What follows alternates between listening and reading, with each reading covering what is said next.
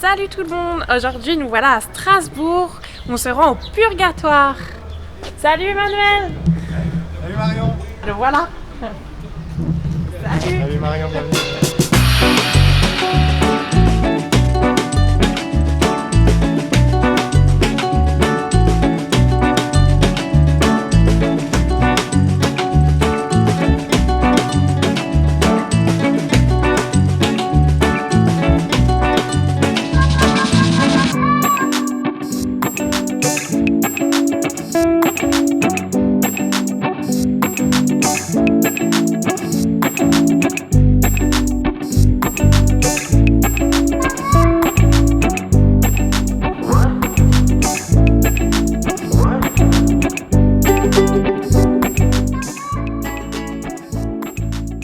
Aujourd'hui on a rejoint Emmanuel, le sommelier du Purgatoire, dans le quartier de la Cruteno à Strasbourg. Comment t'as fait pour en arriver ici Alors moi je suis issu d'un parcours hôtelier classique et issu surtout d'étoilés Michelin. J'ai fait pendant une dizaine d'années des étoilés Michelin en France, à l'étranger, à l'autre bout du monde.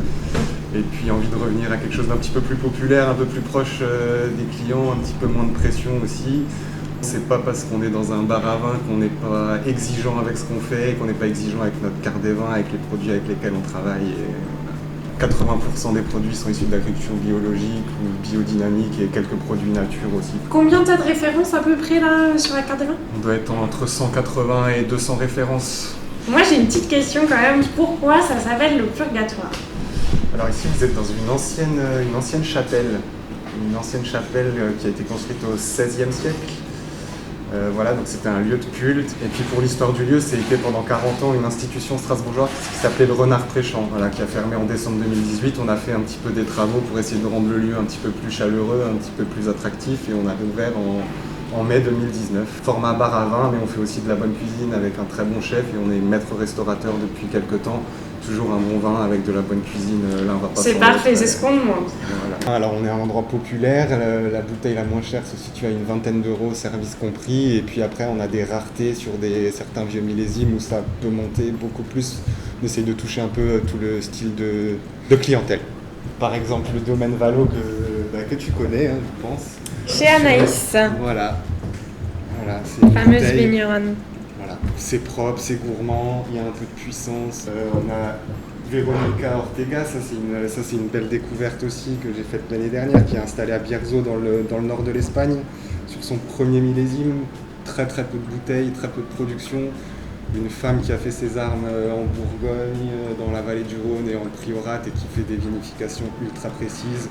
Ouais, Voilà. c'est hyper salin, hyper tendu chez elle. En plus, il y a une tension. Et voilà, pour faire dans les plus classiques, on a des tout petits volumes aussi. Je coche du riz pour les amateurs de vin, où j'arrive à avoir quelques bouteilles par-ci par-là par année.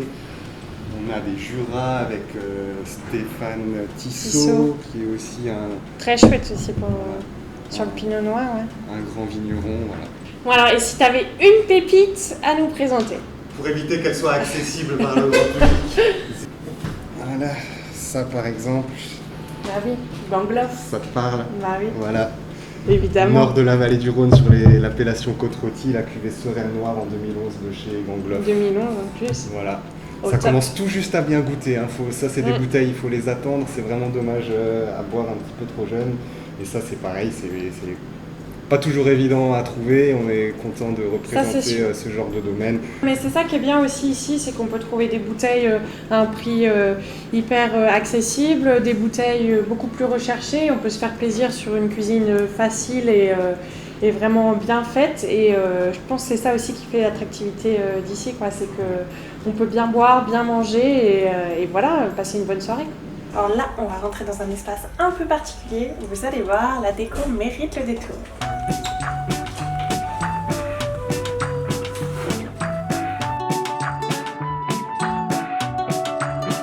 C'est l'heure, on est passé à table. Donc la cuisine nous a préparé des petites choses. Voilà, des petits ramequins, des petites cocottes en fonte. Chez nous, tout sort sous ce format-là, des petites portions à partager ou pas. Et l'idée, c'est de pouvoir goûter plusieurs plats en même temps, dans l'esprit d'un tapas, mais avec de la vraie cuisine française, fait avec des produits frais. Donc là, on a des petites girolles, on est en pleine saison des girolles, toutes simples, poêlées, un peu de crème, un bel assaisonnement, des fines herbes. La base. Au La top. base. Très simple. Pour revenir un petit peu au classique et les gens ils adorent ça. Pour l'accord mets vin, un vin d'Alsace. Super, ça swinger.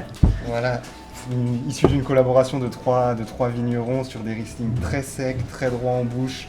Vraiment une acidité qui vient un peu traverser la langue et qui fait saliver, ça ouvre l'appétit. Et voilà, Riesling, grand cépage alsacien. Je dis toujours, les accords mets et vins, c'est quelque chose de très personnel. Il n'y a pas de contre-indication médicale. S'il y a des gens qui veulent boire du rouge sur du poisson, du blanc sur de la viande, il faut se faire plaisir avec ce qu'on mange et ce qu'on boit. Je ne vais pas parler de technique, de structure de vin, on est dans un bar à vin, voilà. Bah oui, non mais c'est clair, c'est du plaisir. De la découverte et ça c'était une belle découverte. Voilà. On se retrouve dans une pièce un peu plus intimiste du Purgatoire. Sur le premier étage, vous avez tout refait. Vous les utilisez pour réunions, dégustation. Voilà, on a créé 2 petits espaces privatifs, 2 petits salons. Donc celle-ci et une pièce juste à côté qu'on peut privatiser pour des réunions d'entreprise. Si vous avez un anniversaire et que vous êtes une tablée, que vous êtes un petit peu à l'écart, comme ça vous êtes tranquille et on s'occupe de vous ici. Et on organise aussi des dégustations, des soirées à thème.